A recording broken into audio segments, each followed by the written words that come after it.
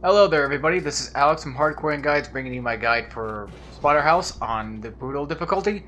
And today we're doing Chapter 3, which is entitled hold on. In the Shadow of the Abyss. I keep thinking it's like the Shadow of the Abyss.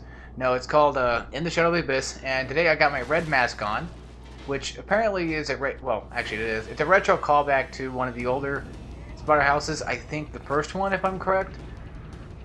For the arcade version, because I think in this game you get look how much damage that does to me. That's ridiculous amount of damage. But I think you get like the non arcade version. You get like the Genesis version or something. I think it was ported to the Genesis, and you get like a white mask. I don't know the details. Anyway, these guys, they're really not that hard. This is the first time I actually get to see these kinds of enemies. I don't know the names. I'm not gonna look it up. I don't care. I just call them buttholes. That's what I call them. Basically, the best thing to do is to dash towards them and press triangle. That I always felt like just made it a lot easier because it's just one hit and they're dead with the pipe, which is so nice. So definitely having that weapon upgrade where you can hold out for your weapon even longer, or you can keep your weapon for longer. I mean, it won't break as quick. It's definitely very nice to have for this chapter because of these little douchebags here. If you don't have it, that's okay because my weapons Actually, my pipe's about to break pretty soon anyway, and you'll see what I have to do to deal with these guys, and it's just so irritating. If you do a normal triangle attack that's not charged up, it takes them like 2 hits to do it, to kill them. So, just wanted to keep that in mind, that definitely dashing towards them and doing the triangle button always helps, because when you dash towards them and do the triangle, it locks on from a certain distance. It gives you plenty of distance to where it'll lock on. It's just like a few feet back, so it makes it to where you can hardly miss it. That's pretty much what's going on there. And so we're going to come in here. I try to break those to see if bookworms come out. I forgot that is unbreakable. So there's bookworms over here, and there's actually bookworms that spawn back here too. You just got to move away from the boxes. Let the bookworms spawn. As you can see right there, they did. And we're going to have another little side-scroller section. This won't be that hard. It's actually a lot harder than the first side-scroller section we had. This one, you just have to deal with jumping over these saws, rolling under them, and all that good stuff. Eventually, we're gonna have to fight some of the homini again, and we'll deal with those little turds in a second when we get to the point right here. I died on this chapter like once, and I wanted to keep it in there to show you guys how much damage a blue homini, those blue bastards, can do to you. They can really do like a lot of damage, and they killed me in one hit. And I wanted to prove to you guys that brutal mode is no laughing matter, even though I make it seem like it is. I probably make it look easy, which is more than likely true because, well, I generally like to think that this mode is pretty easy, but it's still difficult, and it's still tedious sometimes when you die for whatever stupid reason.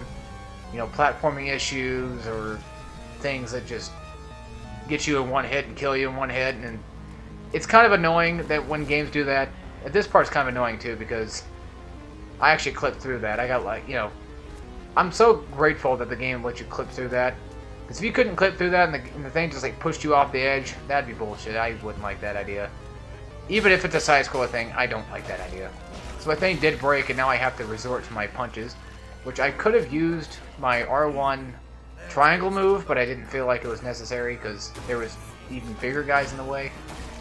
And my pipe, it seems like it's been doing a lot of damage. Like, it takes one hit to knock out the big guys. It takes one hit to knock out the zombies, which is really nice. And of course it takes one hit to kill these little guys too, because, well, yeah, that's what it does. I think it actually does twice as much damage when you're in a side-scroller section. I think your weapon breaks twice as fast too. I think so. I'm not sure. I didn't really do the research on that. I didn't really test that out. There's really no way for me to test it out besides just drop the weapon, see if it's red or not. Which, usually it probably would be by this time anyway. Or just not upgrade the weapons and just make it to where I can easily tell whether or not, they're starting to break or whatever it may be. So this little part right here, we gotta raise this bus up. Good thing to do is just do a batter up attack and just, knock them right into the spikes, which is what I did. And of course, my 2x4, if you want to call it carpentry, My 2x4, it broke on me, unfortunately, so I didn't have any more weapons after that, and I had to resort to my fists, which is one of the best. I don't know, I love this game's weapon system. Even though the weapons break, it feels so nice. In comparison to, like, guns on, like, shooter games and stuff, like, your guns don't break. You just pick up another gun, then you go, and then you can always go back and pick up that other gun. You know, guns don't break. Unless it's a certain game, probably. Maybe they do, I don't know. But, you know, necessarily, when you pick up another gun, don't break. In this game, well, the gun breaks, but, like, your melee weapons and all them, they break, and it's just... It's such a little interesting detail that I like. I like that kind of concept. To where the game's like, okay, all the overpowered stuff's gonna break. You're not gonna have any other abilities besides your fist to resort to most of the time, and you know that's where the idea. Yeah, I'm about to die right there. Of course, we got some zombies with some hatchets. Of course, these guys actually usually carry around hatchets. These are the only enemies in the game I think that does carry around weapons with them. I think so. I think these guys are the only ones that will actually carry weapons. And it most of the time it's just a hatchet. It always is a hatchet. They never have anything else besides a cleaver. So, I dropped that one because these guys spawned with them. And there's obviously more around the area that I can pick up. And you can throw them in the fan too. If you want to throw these guys into the fan, like that little fan over there, you can. I don't do it because I think it's a waste of time. This part you have to hold back and then hit X. You can't just hit X and be good to go. Well, at least I don't think you can. I don't trust it enough. I always just hold back. I think the game tells you to hold back. I wasn't really paying attention. This part's not really that hard to get through. You just have to know where the path is. Once you get down the path, you can just run. You can run as fast as you want. You don't have to run as fast as I was there. Cool thing is, you can jump at any distance you want. Well, okay. The zombie guys, when they start to glow, that's when you jump immediately, and then you'll actually make your jump no matter how far you are. And you can say it gets kind of ridiculous, like it will later, because there's an area that comes up where I jumped right before the thing spawned, or right before the wall went down. I think it's either this one or the next wall. But there is a wall I broke, and I usually jump before the thing goes down, and like it looks like Rick does like a double jump. It's kind of funny. I thought it was kind of humorous. So we're gonna have a lot of zombie. I think it was right there. Yeah, we're gonna have like a lot of zombie, hatchet-wielding zombie enemies in this chapter, preferably because that's just what this chapter's like. I guess that's just the enemies of this chapter. They're trying to introduce new enemies. Hang on, real quick, guys. I'm gonna move my mic up just a little bit. Hopefully, it's not too loud. All right, there we go. Kind of want to keep it away from my computer as far as I possibly can, because, of course, it's having a seizure over there, blowing up everything. Oh boy, but this was actually fun to record. I don't really... My favorite chapter, or favorite phase, is obviously phase 2. But, like, this one is not that bad. And we're actually having another mini-boss fight coming up pretty soon, too. And, I do know the name of the mini-boss. There's, like, 3. And 4, actually. Yeah, they usually spawn in. They're not really bosses. Yeah, be careful of stepping on that wood platform, because that thing falls down. Right there, I got lucky when I jumped.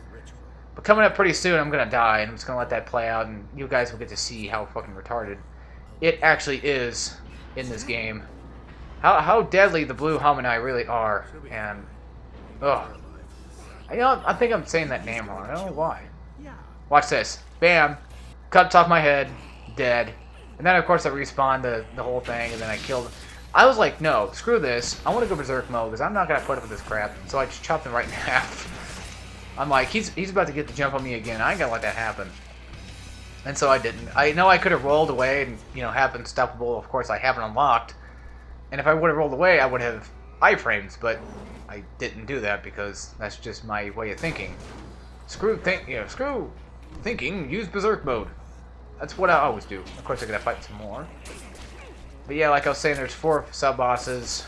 There's this thing called the Abhor, or Abhor. I think I'm gonna call it Abhor.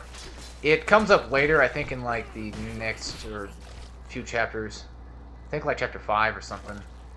And we have this one called Igus, and basically it protects.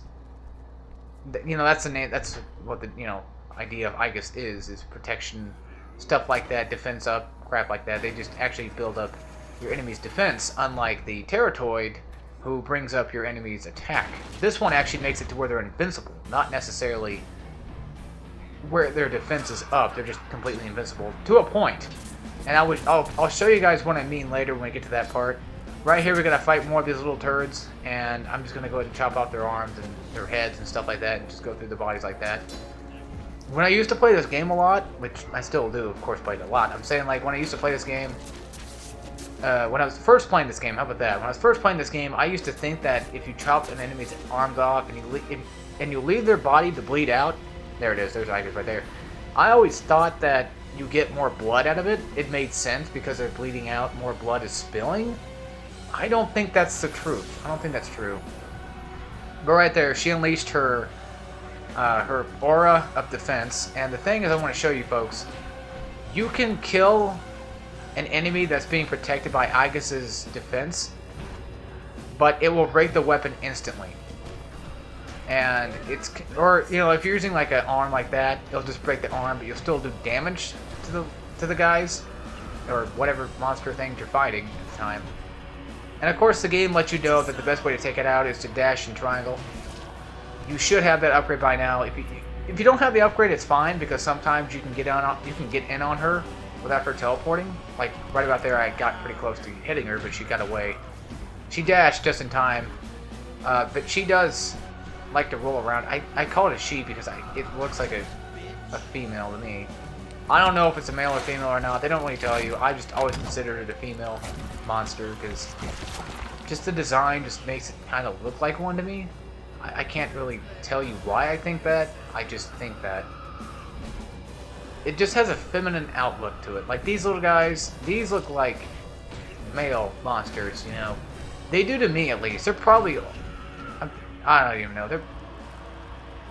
They're probably equally bound by, you know, both male and female, but their statures, obviously they don't have boobs, you know, and stuff like that. And these creatures are probably neither. They're probably genderless, if anything.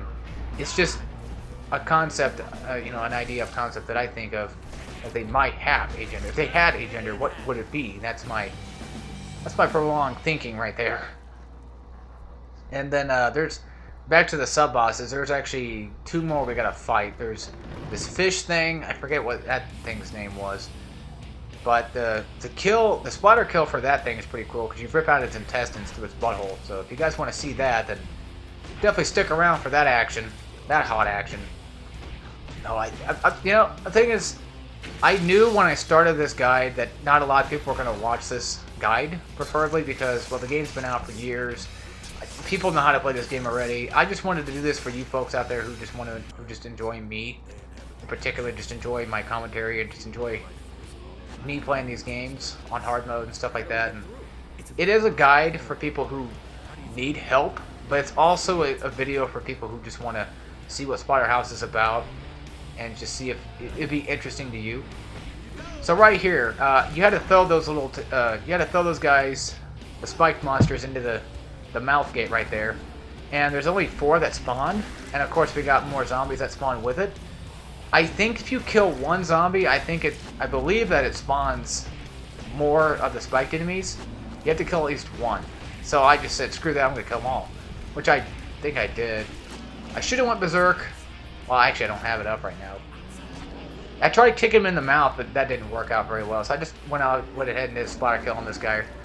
Just knocked off his arms. But I'm ready for Chapter 4, though. That's what I'm ready for. Chapter 4 is pretty fun. We actually have a boss fight there. And it's a callback to the first game that you guys will get to see. So anyway, this will be the end of the video, and I hope you all enjoyed. And I'll see you all next time. We'll play some more Splatterhouse. We do Phase 4, the Meat Factory. As always, take care, everybody.